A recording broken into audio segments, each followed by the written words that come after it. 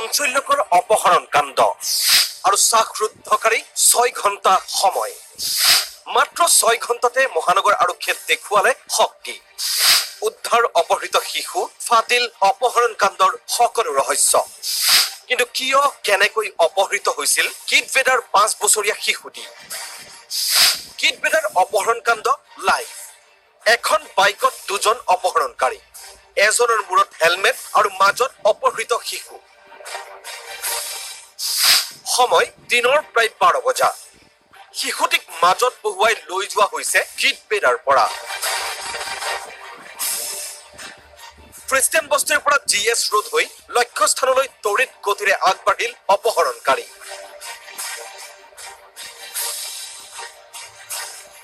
আৰু এয়া অপহৰণকাৰীয়ে শিশুটিক আবদ্ধ কৰি ৰখা ঘৰটোৰ সন্মুখভাগ গেট খুলি শিশুটিৰ সৈতে সোমাই আহিছে এজন অপহৰণকাৰী এইবাৰ শিশুটিক পিন্ধাই দিয়া হৈছে এটা হেলমেট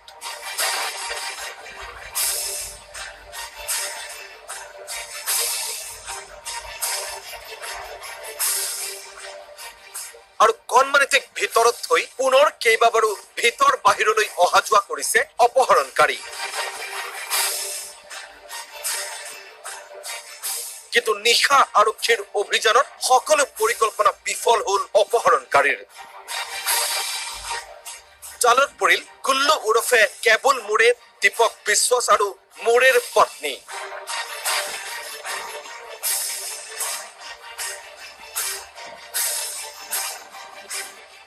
অপহৰণ কাণ্ডটোক সফল ৰূপায়ণ দিবলৈ প্ৰায় 10 দিন ধৰি পৰিকল্পনা কৰিছিল গুল্লু ওৰফে কেবুল মোৰে আৰু এই ঘটনাৰ সম্পূৰ্ণ সহযোগিতা আগবঢ়াইছিল কেবুল মোৰেৰ খোলখালিয়েক দীপক বিশ্বাসে আৰু এই অপহৰণ কাণ্ডৰ আঁৰত প্ৰতিশোধ পৰায়ণতা আৰু ধনৰ লোভ গুল্লু ওৰফে কেবুল মোৰেই শিশুটিৰ পিতৃ বিকাশ চুৰানাৰ ব্যৱসায়ৰ একাউণ্টছৰ কাম চোৱা চিতা কৰিছিল এটা সময়ত কিন্তু IPLৰ জুৱাত খেলৰ বাবে চতুৰ গুল্লুৱে বিকাশৰ একাউণ্টৰ পৰা ট্ৰান্সফাৰ কৰি সৰকাইছিল প্ৰায় 7 লাখৰো অধিক ধন আৰু এই কথা গম পাই বিকাশ চুৰানাই এজাহাৰ দাখিল কৰিছিল নগাঁৱত আৰু তাৰ পাছৰে পৰা অন্তৰ্ধান হৈছিল গুল্লু আমাৰ অফিসতে বহে এনেকে কিবা মাল দোকানৰ পৰা কিনে আনাটো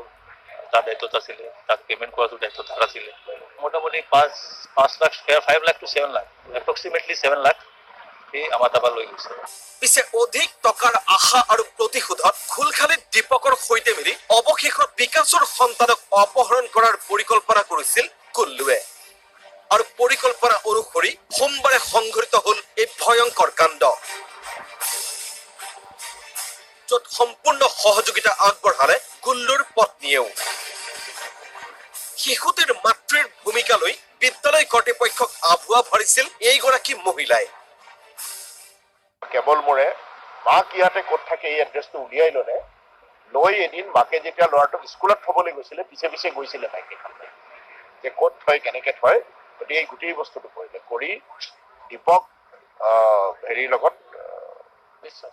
বিশ্বাসৰ লগত কথা পাতি কনস্পিৰেচি কৰি দীপক বিশ্বাসক স্কুলৰ ভিতৰতে পঠিয়াই ভাস্কৰ নগৰৰ এই বিশেষ ভাড়া ঘৰটোলৈ লৈ অনা আছিল সেই শিশুটিক প্ৰায় 12:53 তেওঁলোকে এই ঘৰটোত প্ৰৱেশ কৰিছিল শিশুটিৰ সৈতে প্ৰায় 6 ঘণ্টা আবদ্ধ কৰি ৰখা হৈছিল শিশুটি য'ত শিশুটিক খাবলৈ দিয়া হৈছিল চিপছ আৰু চকলেট অৱশ্যে ক্লু নাছিল আৰক্ষীৰ হাততো আৰক্ষীৰ তৰফৰ পৰা বিকাশৰ সন্দেহৰ ভিত্তিতে বিকাশৰ হতুৱাই সন্তান অপহৰণ হোৱাৰ কথা গুল্লুক জনোৱা হৈছিল লগে লগেই নজৰৰ ভাও ধৰি খবৰ কৰিবলৈ গুল্লু আহি পাইছিল খ্ৰীষ্টিয়ান বস্তি তেওঁলোকৰ মনত এইটো আছিলে প্ৰায় 50 লাখ টকা ডিমাণ্ড দিব দি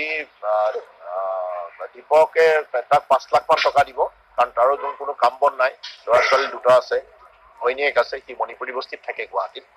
গতিকে তাক 5 লাখ মান টকা দি সেটেল কৰাই দিব আৰু বাকীখিনি ইয়াতে